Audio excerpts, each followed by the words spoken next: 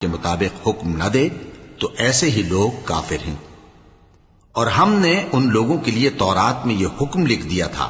کہ جان کے بدلے جان، اور آنکھ کے بدلے آنکھ، اور ناک کے بدلے ناک، اور کان کے بدلے کان، اور دانت کے بدلے دانت، اور سب زخموں کا اسی طرح بدلہ ہے۔ اب جو شخص بدلہ معاف کر دے وہ اس کے لیے کفارہ ہوگا،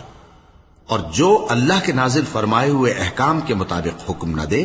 تو ایسے ہی لوگ بے انصاف ہیں۔ اور ان پیغمبروں کے بعد انہی کے قدموں پر ہم نے عیسیٰ ابن مریم کو بھیجا جو اپنے سے پہلے کی کتاب تورات کی تصدیق کرتے تھے،